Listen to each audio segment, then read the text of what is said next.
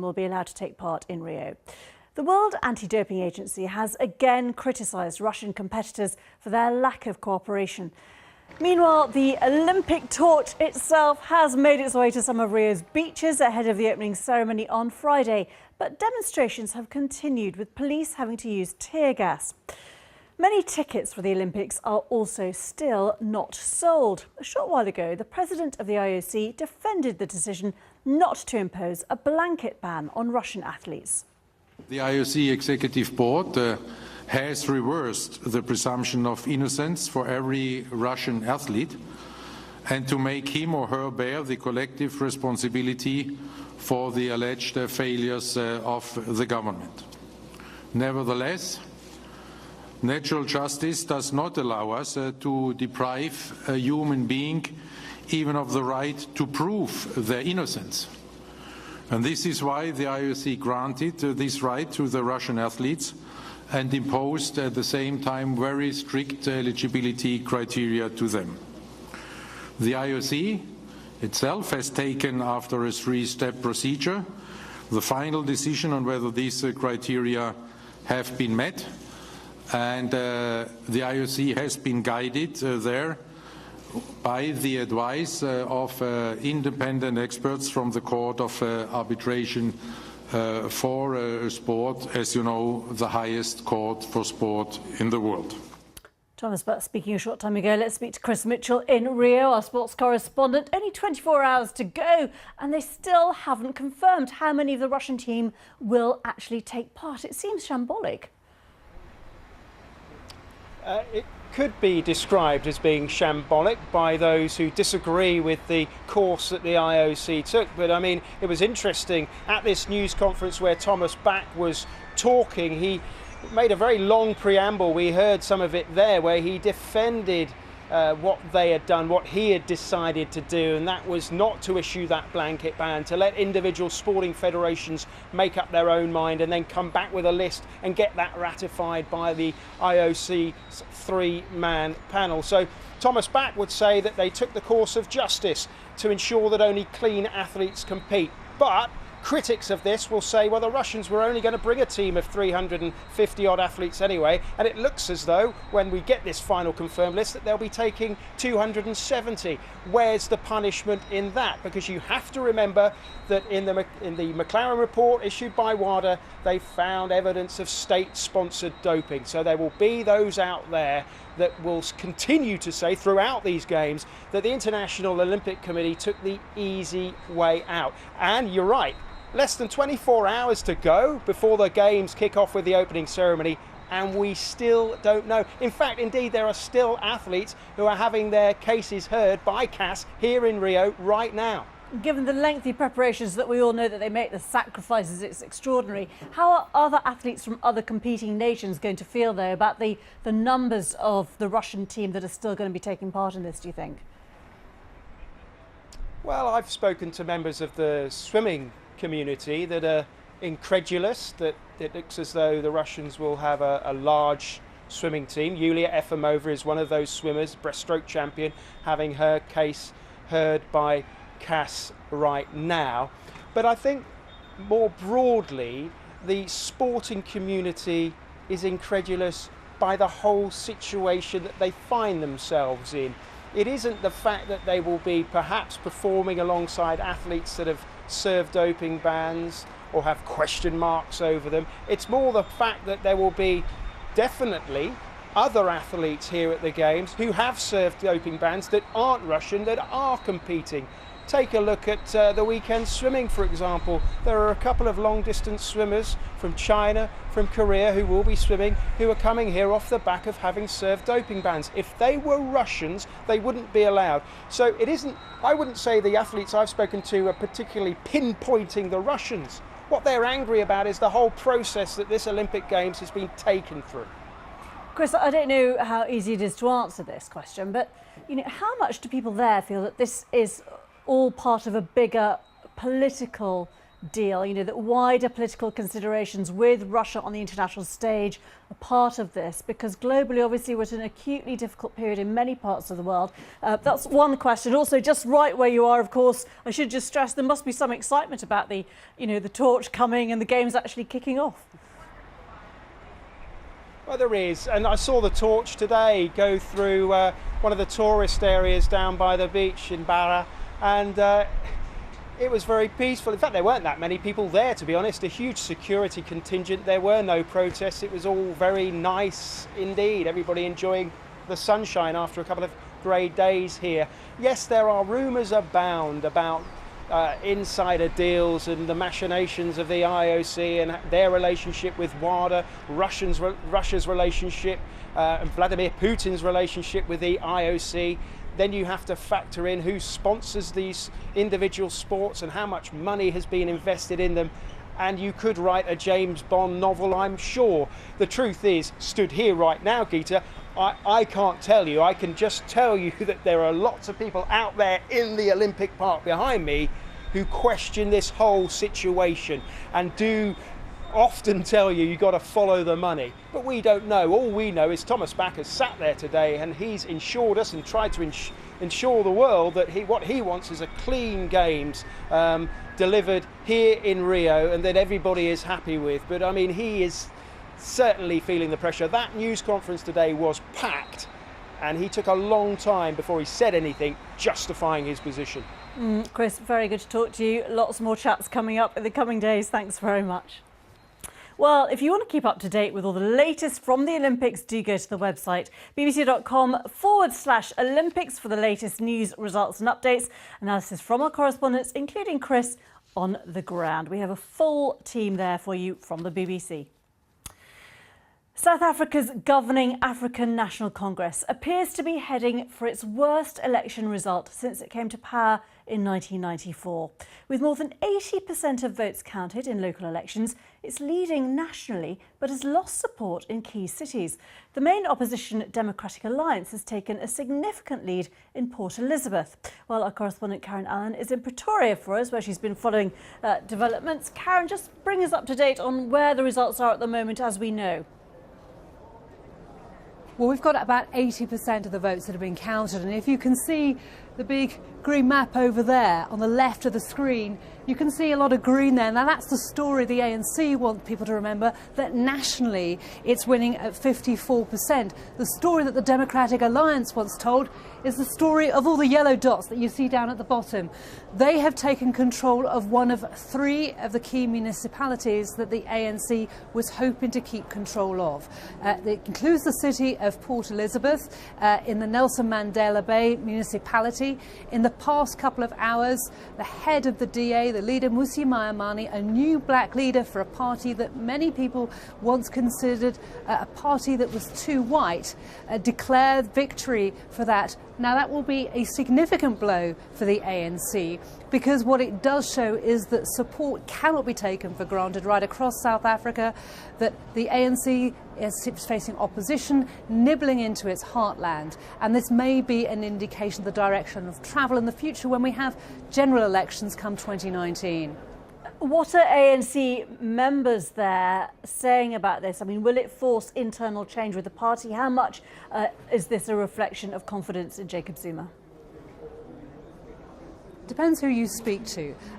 There are some that will point us to the 54% lead and say, look, the vast majority of voters are still on side with the ANC project. They want to give us more time to be able to complete the work that they're doing. We heard a little earlier from Jeff Radebe. He's the Justice Minister. He made the point that it was now going to galvanise the ANC into accelerating its programme of providing better public services, which 22 years, he said, is a very short time to be able to make the changes that are required in South Africa. The Democratic Alliance, we've spoken to Mmusi Maimane, he is the new leader of the Democratic Alliance, has said this is a new type of politics in South Africa.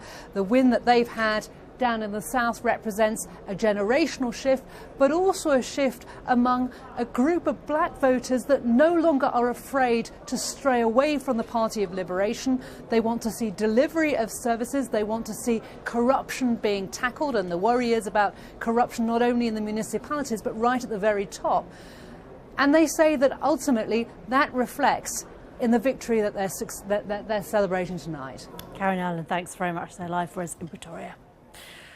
Let's have a look at some of the day's other news for you. And a man has been arrested on suspicion of murder after a US citizen was killed and 5 others injured in a knife attack in central London. Police said that they believe Wednesday's attack was spontaneous and that the victims were selected at random. The woman who died was thought to be in her 60s. Israel has arrested the head of the World Vision charity in Gaza, charging him with funneling millions of dollars to the Palestinian Islamist group Hamas. Israel claims that Mohammed Halabi was recruited by the movement more than a decade ago. World Vision said it had no reason to believe the allegations were true. Officials in Afghanistan say Taliban militants have attacked a group of tourists in the west of the country. 6 foreigners are said to have been wounded when their minibus was targeted in western Herat province, as well as their Afghan driver. A Japanese government survey has uncovered the highest levels of child abuse on record in Japan. Welfare officers handled 103,000 cases of abuse last year, up 16% from the year before. Cases involving psychological abuse comprised half of the total, with many children witnessing domestic violence in their homes. Now, the city of Aleppo has come to represent the sheer hell of Syria's war, now in its 6th year.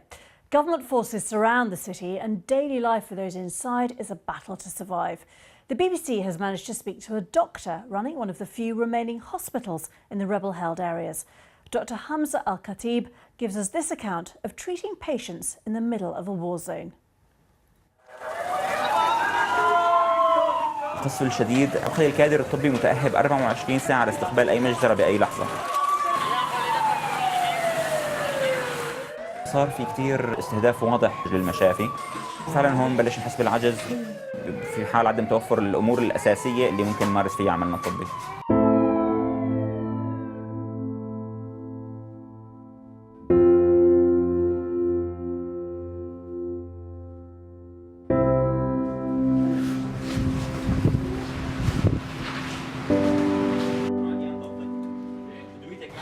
هلا هي رحلة خطرة أكيد. استنينا مشان يصير ظلام كامل. مصدر قلق أكثر إنه كانت معي زوجتي وبنتي كان عمرها 6 شهور وأسبوع.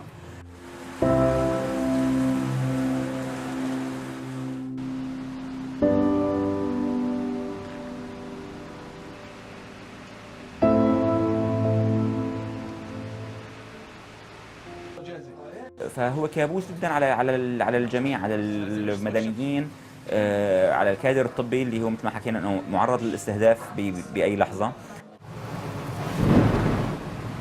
خفيفه.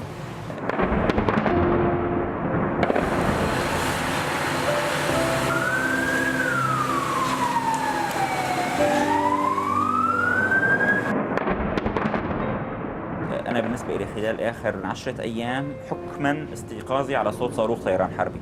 في ميزة بالبراميل المتفجرة إنه أنت بتشوف طيارة الهليكوبتر وقت عم تضرب البرميل، فأنت بتعرف إنه هلا رح تضرب أو ضربت هلا أنا معي 20 ثانية إني أرقد. للأسف الطيران الحربي هذا الترف غير متاح. حرام البول فيش. إنه الحرام. تمام. طفل جانا يمكن عمره شي 7 سنوات، الأخ اللي عمره 9 سنوات هو الشخص المسؤول عن أخوه المتوفي اللي عمره 7 سنين، هو الشخص اللي تلقى خبر إنه إعلان وفاة أخوه إنه وصل متوفي. شب الورق. شعور بالنصر إنه قدرت أعدي هذا اليوم على قيد الحياة. الشعور الثاني في شعور بالخوف والقلق إنه يا رب أفيق ثاني يوم ما يكون إنه في استهداف.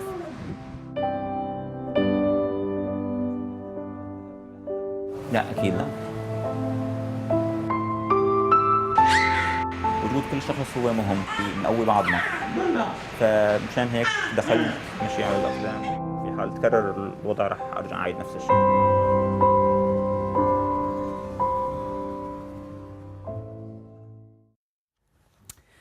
Hamza Al-Khatib, a doctor there doing extraordinary work in Aleppo. Well, what is being done to achieve at least some kind of pause in the fighting and get aid in? The BBC's Yogita Limay is following developments from the Lebanese capital, Beirut. Jan Egeland, the head of the UN's humanitarian task force in Syria, has today said that nowhere is aid more urgently needed than in the besieged parts of Aleppo. He's also said that there have been continuous and intense discussions going on between all parties involved and that the UN hopes there will be some progress made in the next few days. The organization is calling for a pause in fighting and also for two-way humanitarian corridors to be opened up so that aid can be taken into besieged parts of the city, but also people who want to voluntarily leave these areas will have a way out. The UN estimates there are about 250,000 people living in these areas. These are in the east of the city. They're held by rebel groups and these parts have been encircled by forces of the government and its allies. The UN estimates that supplies will only last for 3 weeks and according to the information it has, the last batch of supplies actually went in at the end of June. Last week, the Syrian military had said that all supply lines to these areas had been cut off. And while there is a deepening crisis in the east of the city, what the UN has also said is because of the increasing violence we've seen over the past 3 days, there have also been lots of people now leaving other parts of Aleppo and moving towards the western side of the city. The UN today also stressed on the increasing number of attacks that we're seeing on medical facilities in the country of Syria. They've said that they're looking into reports of 44 hospitals, clinics and health posts that have been targeted in the month of July alone. Yogita Limay there for us in Beirut. Now, Melania Trump, the wife of the Republican presidential candidate Donald Trump, has rejected suggestions that she violated visa rules when she first started working as a model in New York in the 1990s. Mrs. Trump said that she began working in 1996, but nude photos published at the weekend appear to have been taken the previous year. It comes as the Republican candidate appears to be sinking in the polls. Are you addicted to your mobile phone? Do you find yourself using a tablet or phone so much that it's taken over your life? Well, adults here in Britain are now spending an average of 25 hours a week online, according to new research. More than half of them say they are hooked on their devices, as our business correspondent Emma Simpson reports. Escaping the day-to-day grind. Nothing beats getting away from it all. But can we really switch off from our phones and devices? Meet the Anzalonis and the McNaughts from Essex. If I Google that, we'll be able to look today. I find it totally impossible just to put it away and not have it charged. I like to keep in touch with everybody and I like to be able to post all my photos to Facebook so my friends can see where we are. I'm usually on Facebook, a bit of Instagram, some Twitter, some Snapchat. So Vince, you checking your emails? Yes, sadly I have to admit that I do check my emails and I appreciate that my family don't always approve when I do that, but I think in industry today, you know, there is a requirement to keep an eye on it. Is technology taking over our lives? We're now spending, on average, 25 hours a week online, but we're also becoming aware of the drawbacks. A third of adults, that's 15 million people, said they'd gone on a digital detox or break to strike a healthier balance. For instance, 16% of us have deliberately gone on holiday to a place with no internet access. Over on Pitch 108, the Woodwards from Merseyside left their technology at home. You're online probably most of the year, aren't you? And there's a lot going on in the world and different things like that. So 2 weeks of the year you can just chill out and forget about everything. Feel better for it? Yes, certainly do. Many parents are now making their kids take an online break. Nearly 2/3 have been digitally grounded, but this lot say they know when to stop. I don't find it something you need every day because I'm more than happy biking up and down. I don't have to be on the internet. We're better connected than ever before, but the challenge, it seems, is to make sure that our obsession with the web doesn't negatively affect our lives beyond the screen. Emma Simpson, BBC News, Poole. I had a 24-hour detox this week. It was lovely. Now, the Rio Olympics finally gets underway tomorrow. There'll be one factor the athletes will have at the back of their mind, and that's the weather. Rain, wind, sunshine, they can all apparently make a difference in sport. So what can competitors expect in Brazil? BBC Weather's Darren Bett has this. It's the greatest sporting event on earth. Rio 2016, the Summer Games in Brazil. But did you know they're actually taking place in Rio's winter? This is the coolest and driest time in the city, a time of year when humidity is at its lowest. In summertime, the weather would be significantly different and arguably much harsher.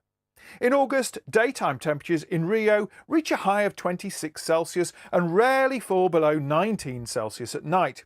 Average monthly rainfall is 50 millimetres, similar to London. But because of the local mountains and the proximity of the sea, weather conditions will vary across the city's Olympic venues.